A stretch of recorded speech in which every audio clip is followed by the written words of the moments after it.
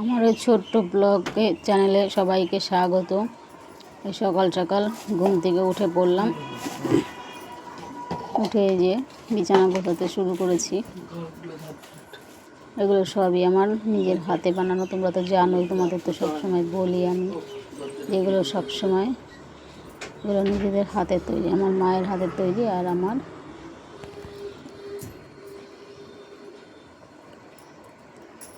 এই কাঁথাগুলো সব আমার মায়ের হাতের তৈরি। আর কোল বালিশগুলো আমি বানানো, বালিশগুলো আমার বানানো, কারণ আমি কেনা জিনিস ব্যবহার করি না এখন পর্যন্ত।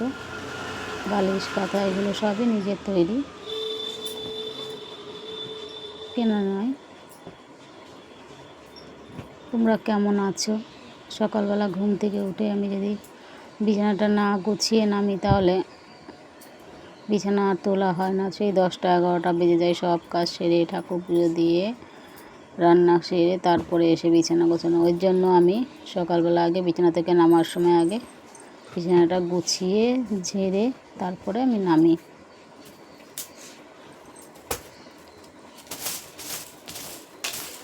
নাহলে প্রচুর দেরি হয়ে যায়।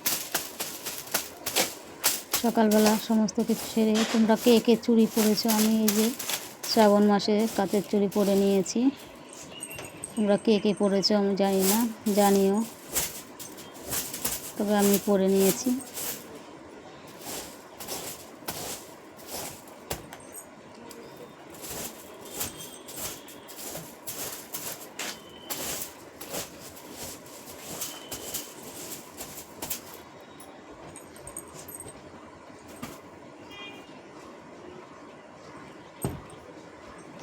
আমার চুড়িগুলো খুব সুন্দর লাগে আমার কাছে। আমি যে কাঁচের চুড়িগুলো কিনেছি দেখো, গ্লেজ দেয়। তো ঘর ঝাড় দিতে চলে এসেছি, বিছানা গুছিয়ে ঘর ঝাড় দিতে চলে এসে ঘর ঝাড় দেওয়ার পরে ঘর মুছবো, তারপরে বাসন মাজবো। এঁঠো বাসন বেসিংয়ে আছে, এঁঠো বাসন মাজবো, তারপরে উঠান ঝাড় দেবো, স্নান করে তারপরে আবার ঠাকুর ঘরে যাওয়া, তারপর এসে রান্না করা। তো সমস্ত কাজ তো তোমাদের দেখানো হয় না, কিছু কিছু কাজ দেখানো হয়। সমস্ত কাজ দেখাতে গেলে সব সময় তো মোবাইল ধরে ভিডিও করা যায় না, তাহলে দেরি হয়ে যায় ভিডিও করতে গেলে।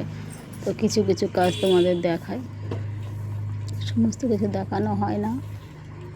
এই এখন ঘর ঝাড় দিয়ে নিচ্ছি, শুধু আমার ঘরটাই ঝাড় দেওয়া দেখাচ্ছে, এরপরে আর অন্য ঘরগুলো ঝাড় দেওয়া দেখানো হবে না, কারণ সেই সময়টা নেই। ক্যামেরা ধরে নিয়ে লাইট জ্বালিয়ে সম্ভব হয় না।